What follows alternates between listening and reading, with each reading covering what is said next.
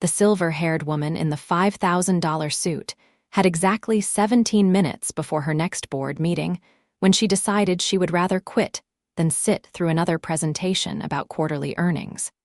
So she walked straight past her waiting car and into the park across from her office building. Teresa Summers had built her empire from nothing, transforming a small tech startup into a billion-dollar enterprise over 15 years of relentless work. At 42, she sat at the helm of Summit Technologies, commanded respect in every boardroom she entered, and had more money than she could spend in 3 lifetimes. She also had no one waiting for her at home, no one who cared if she arrived safely, and no one who would notice if she simply kept walking and never looked back. The park was surprisingly peaceful for a Wednesday afternoon in downtown Seattle. She walked past joggers and dog walkers, past food trucks and street musicians, until she found herself at a small playground where children shrieked with laughter as they conquered jungle gyms and tested gravity on swings. Teresa stopped at a weathered bench overlooking the playground, too tired to walk any further, and sat down heavily.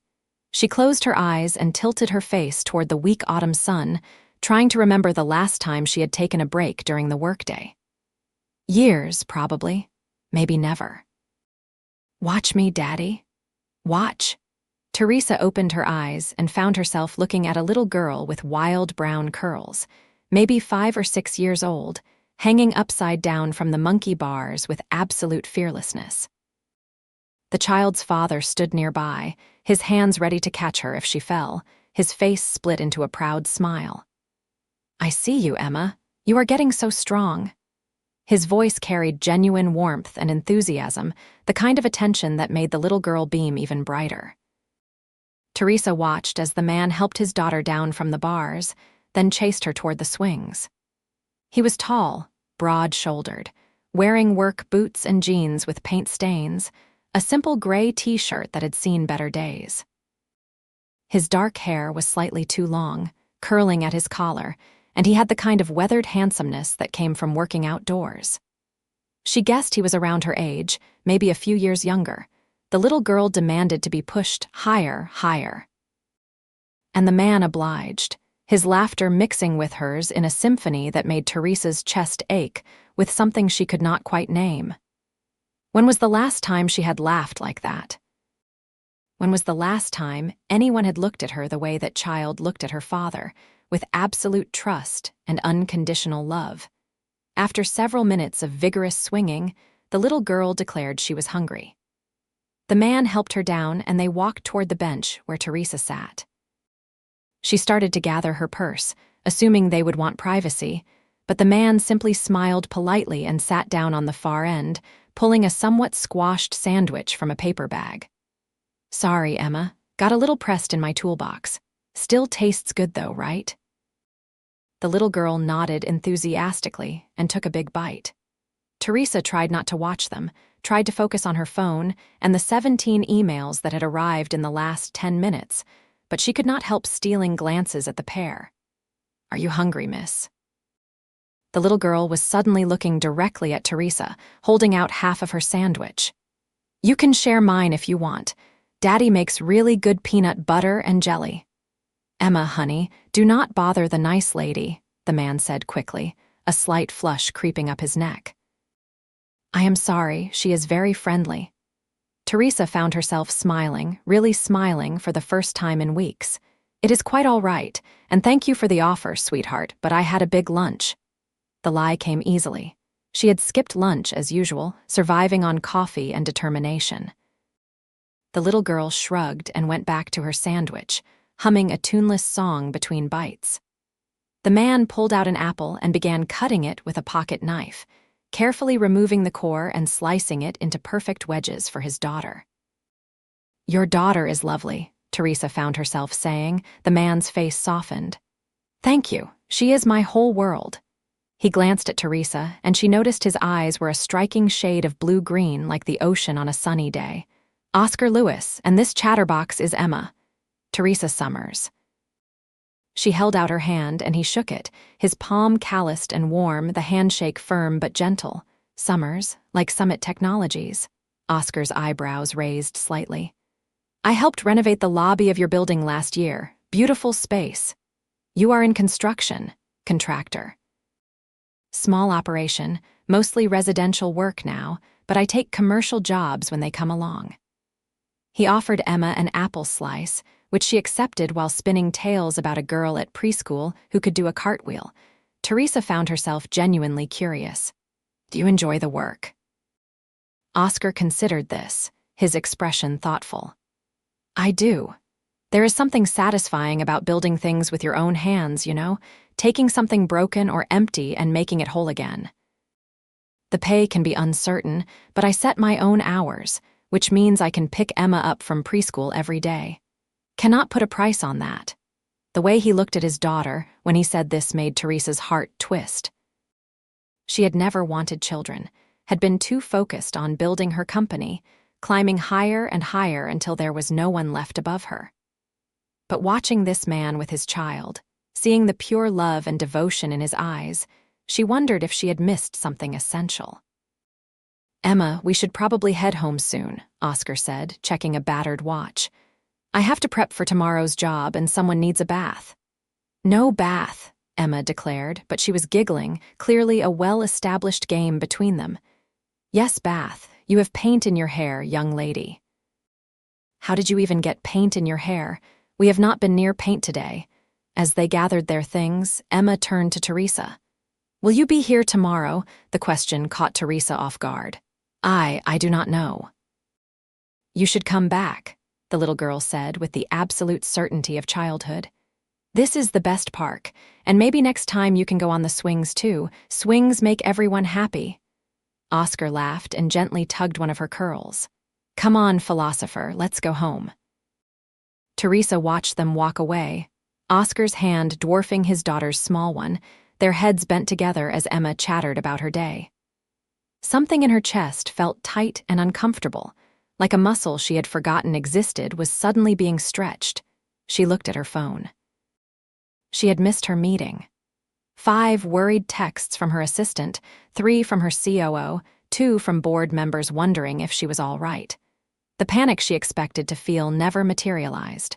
Instead, she felt oddly calm. Teresa stood and walked slowly back to her office, but the image of the man and his daughter stayed with her. That night, alone in her penthouse apartment with its stunning views and empty rooms, she found herself thinking about paint-stained jeans and squashed sandwiches and the sound of a child's laughter. The next day, Teresa left her office at 3 o'clock, ignoring the shocked looks from her staff. She walked to the park, telling herself she just needed fresh air, that this had nothing to do with a contractor and his daughter. But when she reached the playground, she felt her heart lift at the sight of them already there. Emma spinning herself dizzy on the merry-go-round while Oscar stood ready to steady her. Teresa sat on the same bench, and after a few minutes, Emma spotted her. The little girl's face lit up and she came running over, dragging her father behind her. You came back. I told Daddy you would come back. Can you push me on the swings? Emma, maybe Miss Summers is busy, Oscar said, but he was smiling at Teresa in a way that made her feel warm. I am not busy, Teresa said, surprising herself. I would love to push you on the swings, and just like that, it became a routine. Every weekday at 3 o'clock, Teresa would leave her office and walk to the park. Oscar and Emma would be there, and they would spend an hour together, sometimes playing with Emma, sometimes just sitting on the bench and talking while the little girl played. Teresa learned that Oscar's wife had died 3 years ago, a brain aneurysm that came without warning and took her in less than a day. He had been drowning in medical debt and funeral expenses ever since, working constantly to keep their small house and provide for Emma. His parents lived in Florida, retired and on a fixed income, unable to help financially. Her parents had passed before Emma was born. Some days I barely keep my head above water, Oscar admitted during their second week of park meetings. But then, Emma does something like learn a new word or master the monkey bars, and I remember why I am fighting so hard. She deserves the world, and I am going to give it to her somehow. Teresa found herself thinking about Oscar at odd times. During board meetings, she would remember something funny he had said. While reviewing contracts, she would wonder if he and Emma had made it to the park that day. She started leaving the office earlier and earlier, eager for those precious hours away from the corporate world. Oscar seemed to look forward to their meetings too. His face would brighten when he saw her approaching, and he started bringing an extra coffee, prepared the way she liked it after she mentioned her preference once. They talked about everything and nothing, their conversations flowing easily from books to movies to their vastly different lives. "Does it bother you?" Teresa asked one day, a month into their friendship. "That I have so much when you are struggling." Oscar was quiet for a moment, watching Emma attempt a handstand. Honestly, it did at first. Not in a jealous way, but it highlighted the unfairness of it all, you know? You work hard, I work hard. You are brilliant at what you do, I am good at what I do, but our outcomes are so different. He turned to look at her, his expression serious. "But getting to know you, I realize you are just a person. Money has not made you happy. Success has not made you happy. We are both trying to figure out what happiness even means." "I think I am starting to understand it," Teresa said softly, not quite brave enough to tell him that happiness had started to look like his smile, like Emma's laughter, like paint-stained jeans and shared coffee on a park bench. 2 weeks later, Oscar arrived at the park looking exhausted and worried. Emma was quieter than usual, sticking close to her father instead of running off to play. "Everything okay?" Teresa asked, though she could see it clearly was not. Oscar ran a hand through his hair. "Landlord is selling the house we rent. We have 60 days to find a new place. I have been looking, but everything in a decent school district is outside my budget." He let out a shaky breath. "I am trying not to panic, but I keep thinking, what if I cannot find something? What if we end up in a shelter? How do I do that to Emma?" Teresa's mind immediately went to practical solutions. "What if I helped? I could." "No." Oscar's voice was firm but not unkind. "Teresa, I appreciate the offer, but I cannot take money from you. I need to figure this out on my own." "That is ridiculous. I have money sitting in accounts doing nothing. Why should Emma suffer because you are too proud to accept help?" "It is not about pride," Oscar said, his jaw tight. "It is about being able to look at myself in the mirror. It is about teaching Emma that we solve our own problems. I have been taking care of her on my own for 3 years. I am not going to stop now." They had their first real argument then, sitting on that bench while Emma played quietly nearby, sensing the tension. Teresa argued that accepting help was not weakness. Oscar argued that he needed to maintain his dignity, his sense of self. They were both stubborn, both used to being right, both passionate in their convictions. Finally, Emma came over and climbed into her father's lap. "Daddy, do not be sad." "We will be okay, we always are." Oscar wrapped his arms around his daughter and pressed his face into her hair. When he looked up, there were tears in his eyes. "You are right, baby, we will be okay." Teresa felt terrible. She stood to leave, but Oscar caught her hand. "I am sorry. I know you are trying to help. I just need to do this my way. Can you understand that?" She looked at his calloused hand holding hers, at the worry etched in his face, at the little girl who trusted her father to fix everything. "I understand. But if you change your mind, the offer stands." That night, Teresa could not stop thinking about Oscar and Emma potentially losing their home. She paced her enormous apartment, angry at the injustice of it all, angry at Oscar for being too stubborn to accept help, angry at herself for having so much when others had so little. By morning, she had a plan. At the park that afternoon, she approached Oscar carefully. "I have a proposition. Not charity, business." He looked wary but gestured for her to continue. "My building, where Summit Technologies is located, needs renovation work. The lobby you worked on is beautiful, but the upper floors need updating. It is a huge job, 6 months at least, maybe longer. The contractor we were planning to use just backed out. I need someone reliable, someone who does quality work. Interested?" Oscar stared at her. "Teresa, You do not have to. I am not doing anything except offering you a job you are qualified for. You will be working for it, every dollar. In fact, you will probably hate me by the end because I am a demanding client. She pulled out a folder she had brought. Here is the scope of work, the timeline, and the budget. Look it over. If you are interested, bid on it like you would any other job. If your bid is competitive, you get the contract. Oscar took the folder, his hands shaking slightly. This would solve everything. Then do not let pride stand in your way. You said you are good at what you do. Prove it. That weekend, Oscar submitted his bid. It was competitive, fair, exactly the kind of proposal Teresa's team would have accepted from any contractor. She approved it on Monday, and just like that, Oscar had steady work for the next 6 months, enough income to find a decent apartment and get ahead on bills. The day Oscar signed the contract, he showed up at the park with Emma and a small bouquet of wildflowers. For you, he said, handing them to Teresa. I know it is not much, but I wanted to say thank you. You saved us. You saved yourself, Teresa corrected, but she took the flowers, touched by the gesture. No one had given her flowers in years. I just opened a door. You had to walk through it. Emma tugged on Teresa's sleeve. Are you my dad's boss now? I suppose I am, in a way. Good. Then you can tell him he has to let me stay up late on Fridays. Both adults laughed, and the tension that had existed between them dissolved. As they sat on the bench, watching Emma play, Oscar reached over and took Teresa's hand. I need to tell you something, he said, his voice serious. These last 2 months, getting to know you, spending time with you, it has meant everything to me. You have brought something back into my life that I thought I lost when Sarah died. You have made me remember what it feels like to look forward to something besides just getting through the day. Teresa's heart was pounding. Oscar, I am not done, he said gently. I know our lives are completely different. I know I have nothing to offer you except a struggling contractor with a daughter and a mountain of debt. But I think I am falling in love with you, Teresa. And I needed you to know that before I talk myself out of telling you. Teresa felt tears prick her eyes. You think you have nothing to offer me? Oscar, you have shown me what actually matters.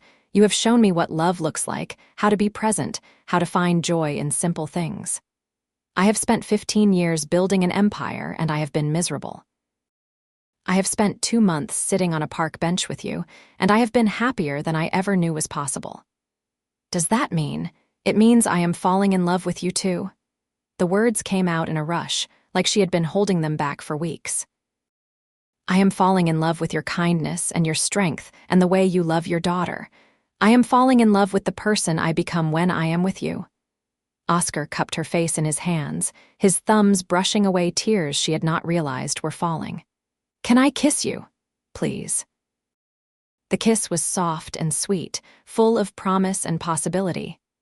When they pulled apart, Emma was standing in front of them, her hands on her hips. Are you going to be my daddy's girlfriend now? She demanded. Teresa laughed, feeling lighter than air. Would that be okay with you? Emma pretended to think about it very seriously. Only if you promise to come to my preschool graduation next week, and if you teach me how to wear fancy high heels like yours, and if you keep coming to the park. Deal, Teresa said solemnly. Okay then. Emma held out her hand and Teresa shook it, sealing the agreement. Now can we get ice cream to celebrate? Over the next few months, Teresa and Oscar built something real together. They took things slowly, mindful of Emma and the delicate balance of blending their lives. Teresa met Oscar's friends, a tight-knit group of contractors and neighbors who had supported him through his darkest days. Oscar met Teresa's business associates, charming them at a company dinner with his genuine interest and lack of pretension. The renovation of Summit Technologies became a showcase of Oscar's talents. He worked tirelessly, his attention to detail and craftsmanship exceeding all expectations. Teresa would stop by the work sites, ostensibly to check progress, but really just to see him. She loved watching him work, the competent way he directed his small crew, the pride he took in every detail. Emma became a regular visitor to Teresa's office. The little girl loved spinning in the desk chairs and drawing on the massive whiteboard in the conference room. Teresa's employees were charmed by her, and more than one commented on how much softer and happier their CEO seemed these days. "You are different," her Marcus observed one day. "More patient in meetings, less likely to eviscerate someone for a bad idea. What happened?" Teresa smiled. "I fell in love." "About time," Marcus said. "You have been married to this company for 15 years. Nice to see you have room in your life for something else." But integrating their worlds was not always easy. Oscar struggled with the wealth disparity, uncomfortable when Teresa wanted to pay for nice dinners or help with expenses. Teresa struggled with stepping back and letting Oscar handle things his way, her instinct always to solve problems with money.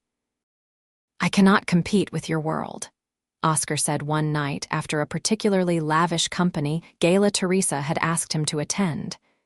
He had looked handsome in a borrowed suit, but he had been quiet all evening, clearly out of his element. "Everyone there tonight had more money than I will see in my lifetime. They looked at me like I was a curiosity, the poor boyfriend." "I do not care what they think," Teresa said. "I care about you." "I know, but I care. I care that I cannot buy you nice things or take you to fancy restaurants. I care that Emma's clothes come from the thrift store while you are wearing designer everything. I care that—" "Stop," Teresa interrupted. "Just stop. Do you think any of that matters to me? Do you think I fell in love with your bank account or your ability to buy me things?" "I fell in love with your heart, Oscar. I fell in love with the way you love Emma, the way you make me laugh, the way you see me as a person instead of a title or a net worth." "I know, but no buts. Yes, I have money. Yes, our financial situations are different. But that does not mean your love is worth less than mine. That does not mean you have less to offer. You have given me everything that actually matters." Oscar pulled her close, burying his face in her hair. "I am sorry. This is all new to me. Sarah and we struggled together. We were on the same level. With you, I keep feeling like I need to prove I am worthy somehow." "You are worthy," Teresa said firmly. "You are the most worthy person I have ever met, and I need you to believe that because I am not going anywhere." 6 months into their relationship, Oscar's renovation work was nearly complete. He had done such an impressive job that Teresa's company had referred him to 3 other businesses, and suddenly, his small operation had more work than he could handle. He hired 2 more crew members and had to turn down jobs, a problem he never imagined having.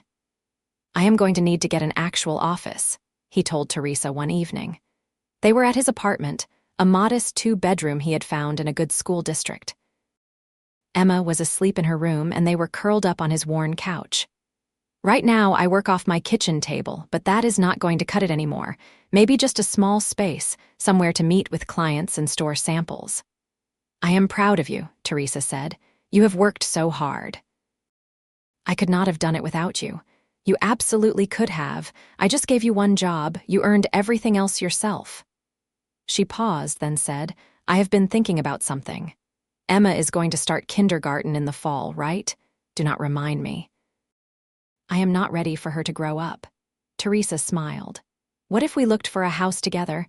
Something with space for an office for you, space for Emma to play, space for both of us. I know it is fast, but I have never been more sure of anything." Oscar pulled back to look at her. "Are you asking me to move in with you?" "I am asking us to build a home together. A real home, not your apartment or my sterile penthouse. Something that belongs to all 3 of us." "Teresa, I cannot afford. We are partners," Teresa said. "That means we figure it out together." "I am not asking you to match me dollar for dollar. I am asking you to build a life with me. Can you do that?" Oscar was quiet for a long moment. Then he said, "I need to make sure Emma is comfortable with this. She is my priority." "She is my priority too," Teresa assured him. "We do this at her pace, whatever she needs."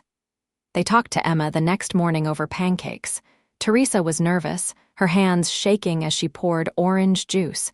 What if Emma did not want this? What if she felt like Teresa was trying to replace her mother?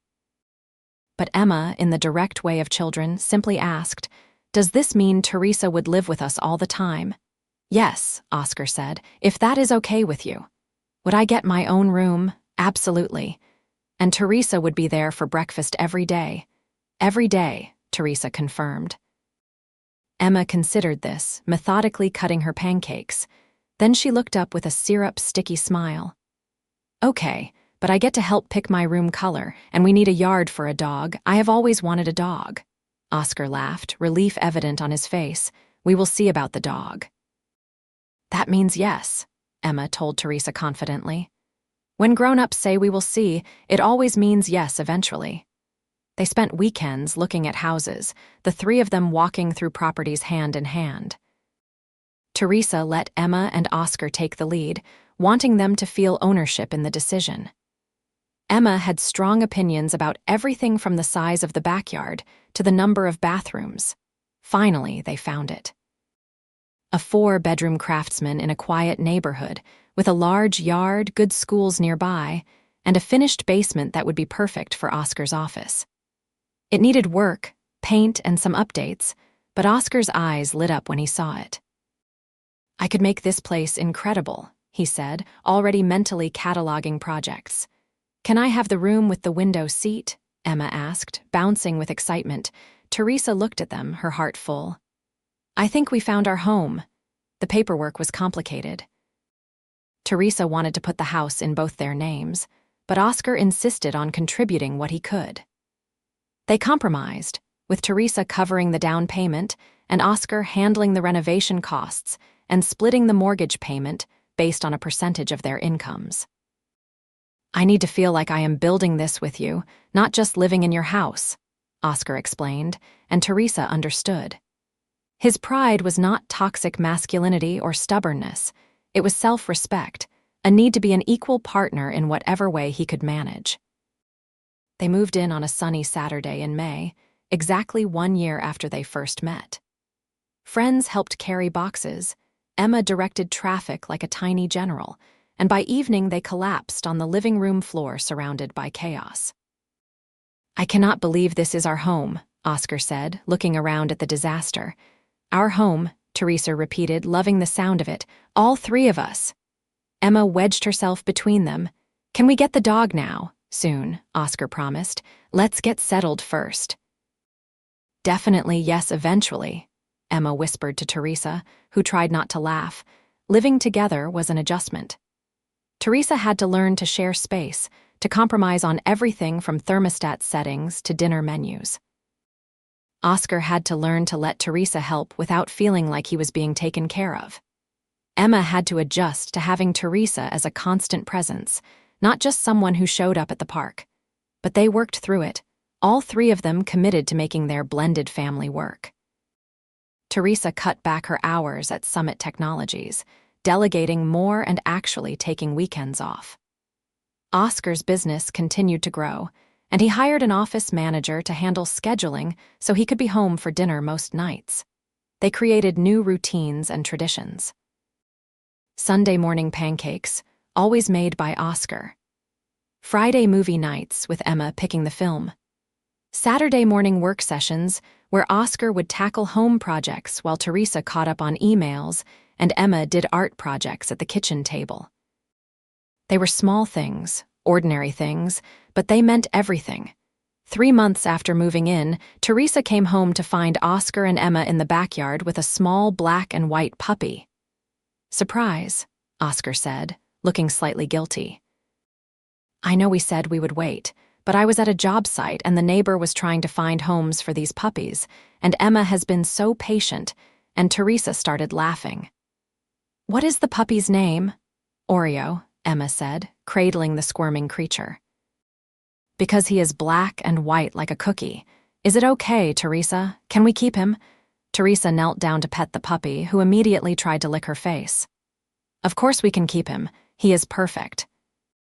That night, after Emma and Oreo were both asleep in Emma's room, Oscar and Teresa sat on their back porch, sharing a bottle of wine and looking at the stars.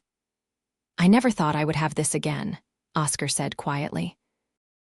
After Sarah died, I thought the best I could hope for was just getting through each day without falling apart. I never imagined I could be this happy, that I could love someone this much while still honoring what Sarah and I had. She would want you to be happy, Teresa said. She would want Emma to have this kind of life. I think she would have liked you, Oscar said. You are nothing like her, but I think you would have been friends. Teresa took his hand. I wish I could have met her. I am grateful for the time you had together because she gave you Emma. And Emma is one of the greatest gifts in my life. You have never wanted your own kids, Oscar asked. Biologically, I mean? Teresa was quiet for a moment. I never thought I did. I was always too focused on work. But now, being with you and Emma, I think I was really just scared. Scared I would not be good at it. Scared I would mess up a child the way my parents messed me up. You are amazing with Emma. Emma is amazing, period. She makes it easy. Teresa paused, then said, but to answer your question, no, I do not need to have biological children to feel complete. I have Emma, and that is more than enough. Oscar kissed her softly. I love you. I love you too. As summer turned to fall, life settled into a beautiful rhythm. Emma started kindergarten, nervous and excited in equal measure. Oscar's business was thriving, with a 6-month waiting list for his services. Teresa won a major industry award, recognizing her company's innovation and her leadership. At the awards ceremony, Teresa stood at the podium accepting her trophy, looking out at the sea of people. She saw Oscar and Emma in the front row, both dressed up, Emma waving enthusiastically. Teresa set down her prepared speech and spoke from the heart. 2 years ago, I thought success meant market share and stock prices and corner offices. I had built an empire, but I was profoundly unhappy. Then I met someone who showed me what real wealth looks like. It looks like coming home to people who love you. It looks like pancakes on Sunday morning and bedtime stories every night. It looks like building something together, brick by brick, day by day. Success is not what you accomplish at work. It is who you become in love. The speech went viral, people resonating with her message about work-life balance and redefining success. But Teresa did not care about the attention. She cared about Oscar's proud smile and Emma's tight hug when she came off stage. That night, after they put Emma to bed, Oscar led Teresa out to the backyard. He had strung lights in the trees, creating a canopy of stars. Soft music played from a speaker, and he pulled her into his arms, swaying gently. What is all this? Teresa asked, enchanted. I wanted to do something special. You are always doing things for me and Emma. I wanted to remind you how much you are loved. They danced in the grass, Oreo sleeping on the porch, the lights twinkling above them. It was perfect and simple and everything Teresa had never known she wanted.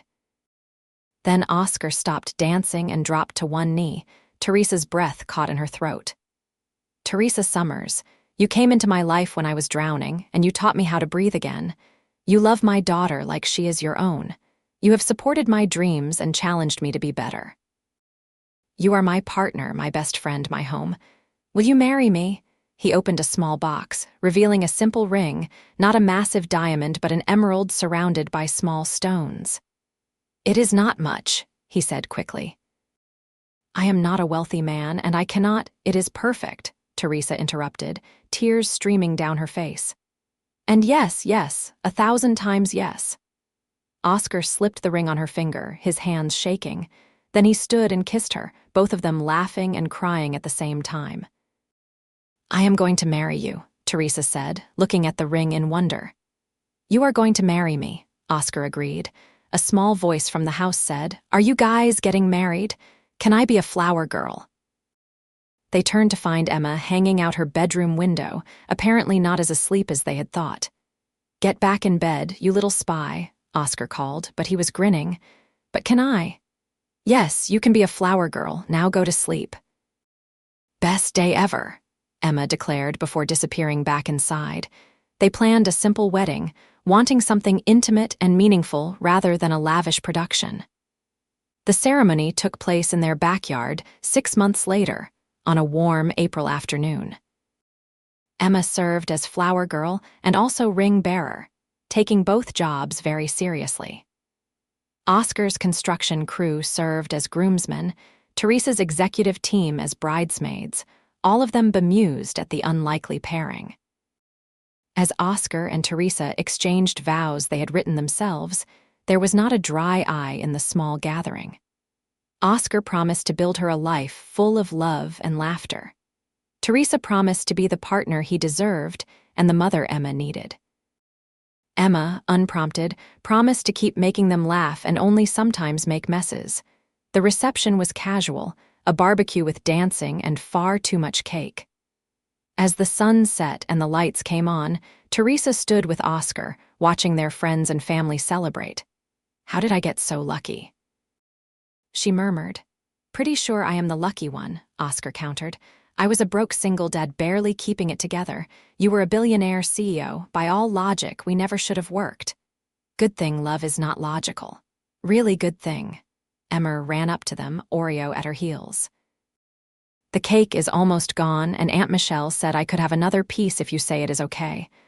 Oscar pretended to consider this very seriously. "I suppose on our wedding day, we can break some rules, but just one more piece." Emma whooped and ran off. Oscar shook his head. "She is going to be bouncing off the walls at bedtime." "Worth it," Teresa said. "It is our wedding day. Let her eat cake." As the party wound down and the last guests departed, the three of them, now officially a family, sat together on the porch steps. Emma was crashed between them, sugar exhausted, still wearing her flower girl dress. Oreo was asleep at their feet. "This is nice," Emma mumbled, fighting sleep. "This is perfect," Teresa agreed. Oscar put his arm around both his girls, pulling them close. "This is everything."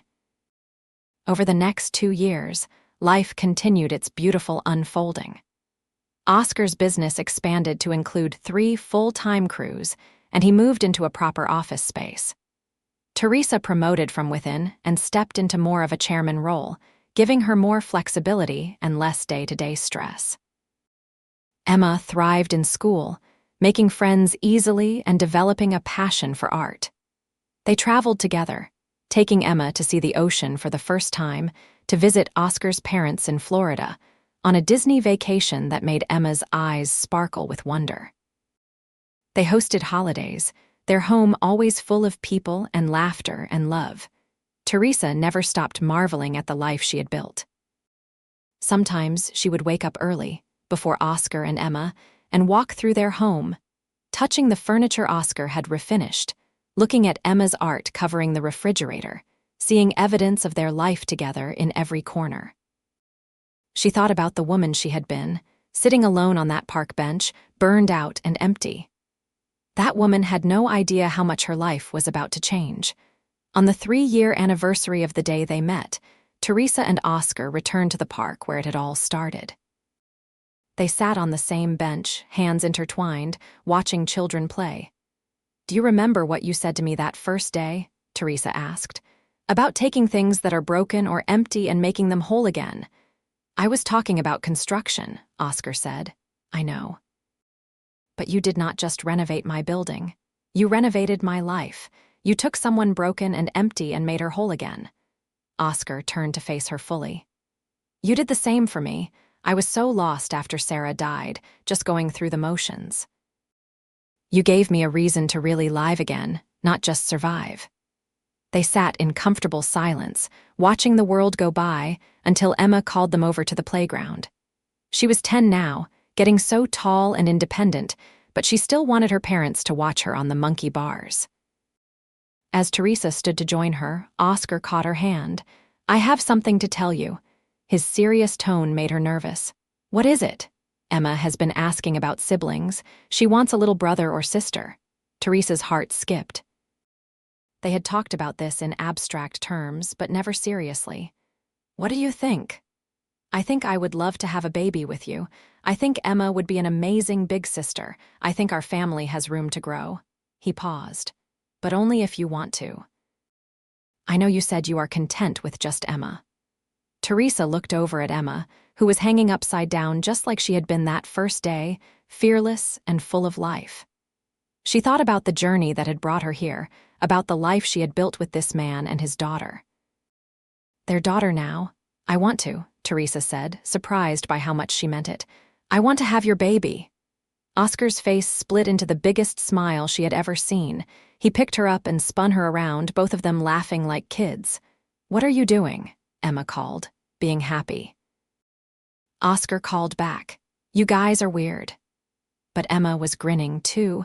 8 months later, Teresa gave birth to a healthy baby boy they named Owen. Emma was obsessed with her little brother, constantly wanting to hold him and help care for him.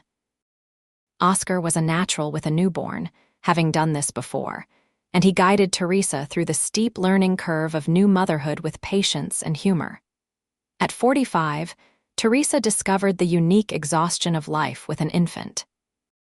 But she also discovered a depth of love she had never imagined, a fierce protectiveness and tender devotion that surprised her with its intensity. Holding Owen, watching him sleep against her chest, she finally understood what had been missing from her life all those years. You are a natural, Oscar told her one night, watching her rock their son. I am terrified, Teresa admitted. What if I mess him up? You will not. And even if you make mistakes, which you will because all parents do, he will still be loved and secure and happy. That is what matters. Emma, listening from the doorway in her pajamas, piped up, You are a good mom, Teresa. You are good at the bedtime stories and the pancakes and the hugs. That is what moms do. Come here, sweetheart, Teresa said, gesturing Emma over. The girl climbed onto the chair with them, careful of her baby brother. Thank you for that, and thank you for sharing your dad with me. I know that was not easy. It is okay, Emma said, leaning against Teresa's shoulder. Now I have a mom and a dad and a baby brother. I am pretty lucky. We are all lucky, Oscar said, joining them, wrapping his arms around his whole family. As Owen grew from infant to toddler, their house was chaos and noise and the most wonderful mess Teresa could have imagined. Emma taught Owen to color and to play with Oreo. Oscar taught him to say Mama and Dada, both with equal enthusiasm. Teresa learned to let go of control and perfection, to embrace the beautiful disaster of family life. On Emma's 13th birthday, she asked if she could officially change her last name to include Teresa's. I want to be Emma Summers Lewis, she announced, because you are both my parents and I want everyone to know. Oscar looked at Teresa, his eyes shining with tears. What do you think? I think that would be an honor, Teresa managed to say through her own tears.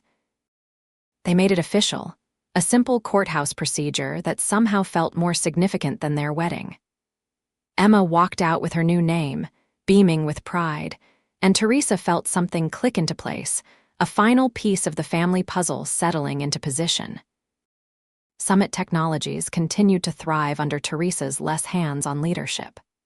She had hired a brilliant CEO to handle day-to-day operations, staying on as chairman and focusing on big-picture strategy. This arrangement gave her the flexibility to be present for her family while still contributing to the company she had built. Oscar's construction company was now one of the most respected in the Seattle area, known for quality work and fair prices. He still took on smaller residential jobs, never forgetting where he came from, but he had also completed several major commercial projects. He had a waiting list of clients and could finally afford to be selective about the work he took on. But their greatest success was the family they had built together.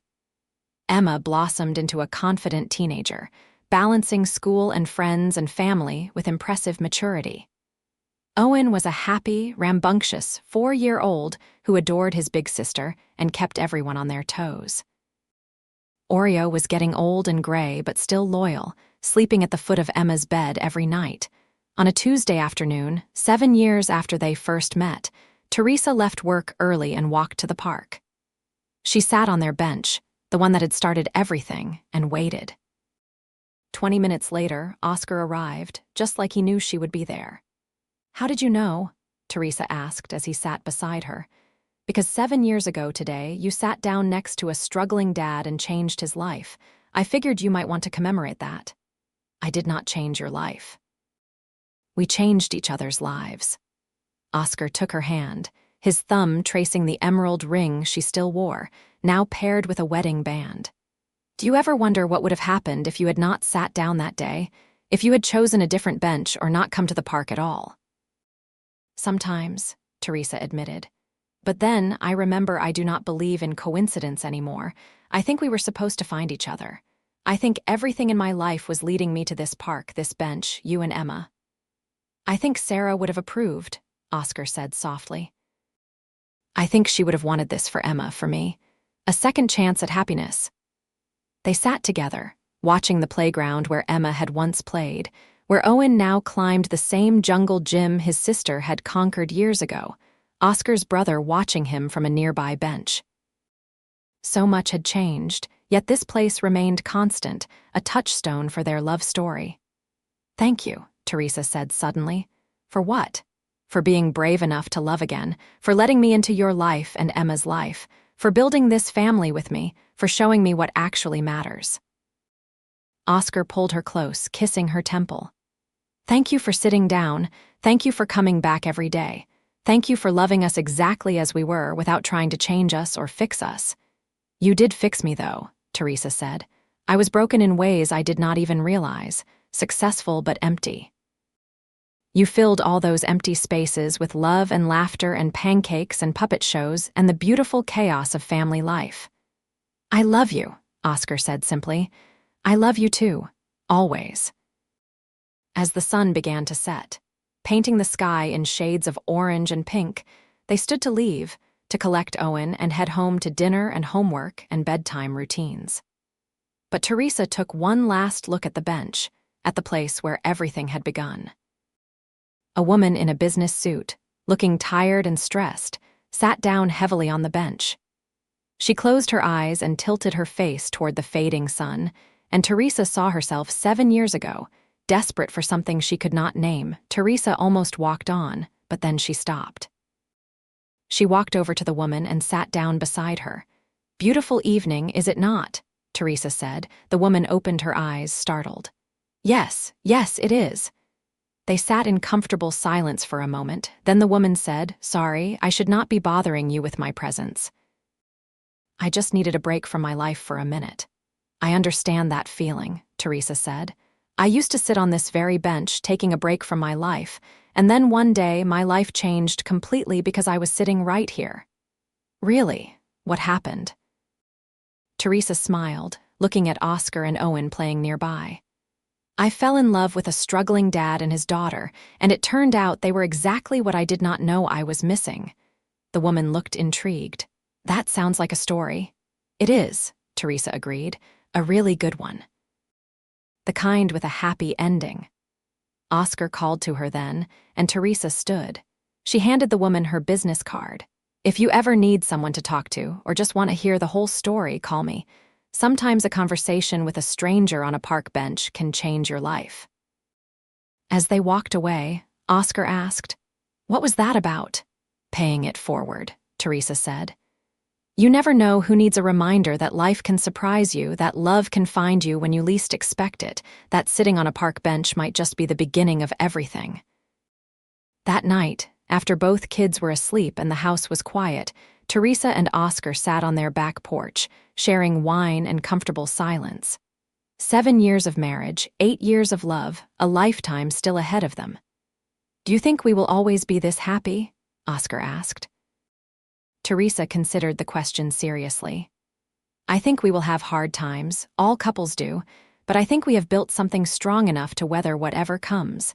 We have built it on honesty and respect and partnership. We have built it on love. That is a good foundation, Oscar agreed. The best, Teresa said.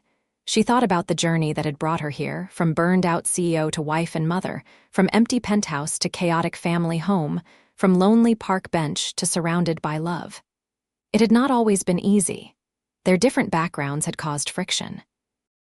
Learning to blend their lives had required patience and compromise. There had been disagreements and hurt feelings and moments of doubt, but through it all, there had been love. Oscar's steady, patient love that had taught her how to be vulnerable. Emma's unconditional love that had taught her how to be a mother. Owen's innocent love that had taught her how to be present. and her own love, fierce and protective and transformative, that had taught her who she truly was beneath all the success and ambition. "What are you thinking about?" Oscar asked, noticing her faraway expression. "Everything. Nothing. How grateful I am. How different my life is from what I imagined. How sitting on that bench was the best decision I ever made." "Second best," Oscar corrected with a smile. "The best decision was coming back the next day." "And the day after that." "True," Teresa laughed. "I was pretty persistent in pursuing you. I noticed. It was cute, this powerful CEO finding excuses to spend time with a struggling contractor. You were never just a contractor to me. You were the man who loved his daughter so completely that it made me believe in love again. You were the person who saw me as Teresa, not as Summit Technologies. You were home before I even knew I was looking for it." Oscar set down his wine glass and pulled Teresa into his arms. "You know what I love most about our story?" "What?" "It is not finished. We have years and years ahead of us. More chapters to write, more adventures to have, more memories to make. More love to give," Teresa added. "So much more love to give." They sat together under the stars, in the home they had built, surrounded by the family they had created, living the life neither of them had imagined but both of them had earned. It was not perfect. There were dishes in the sink and toys scattered across the floor and laundry that needed folding. Oscar's truck needed new brakes, and Emma needed braces, and Owen was going through a phase where he only ate chicken nuggets. But it was real and beautiful and theirs. Built on a foundation of love that had started on a park bench, with a CEO and a struggling dad who both needed exactly what the other had to offer. She brought stability and resources. He brought perspective and love. Together, they brought wholeness. As they headed inside, Oscar stopped Teresa at the door. "Hey, I love you. I love you too." "No, I mean I really love you. Thank you for being brave enough to sit down that day. Thank you for seeing me, really seeing me, not just a struggling dad but a whole person. Thank you for loving Emma from the very beginning. Thank you for giving me Owen. Thank you for this life." Teresa stood on her toes and kissed him softly. "Thank you for letting me in. Thank you for being patient with me while I learned how to be part of a family. Thank you for your daughter and our son and this beautiful life we have built together. You saved me, Oscar Lewis. We saved each other, Teresa Summers Lewis. And that was the truth of it, the simple, beautiful truth. They had saved each other, two broken people who had found wholeness in love. A CEO who had everything but happiness. A struggling dad who had nothing but love to give. Together, they had built something neither of them could have built alone, a family, a home, a life worth living. As they checked on their sleeping children, Emma sprawled across her bed with Oreo at her feet, Owen clutching his favorite stuffed bear. Teresa felt overwhelming gratitude for the twist of fate that had led her to that park bench 7 years ago. She thought about all the choices that had brought her to that moment, to sitting down next to a stranger and his daughter, to opening her heart when she had convinced herself she did not need love. She had been so wrong. She had needed love desperately. And love had found her, in the most unexpected way, with the most unexpected person. Oscar, with his calloused hands and paint-stained jeans and heart big enough to let her in even when he was still healing from loss. Oscar, who had shown her that success was not measured in dollars or deals but in moments, in laughter, in the weight of a sleeping child in your arms. They climbed into their own bed, exhausted from the beautiful chaos of family life, and curled into each other the way they did every night. Oscar's arm around her waist, her head on his chest, their legs tangled together. "Good night, love," Oscar murmured, already half asleep. "Good night," Teresa whispered.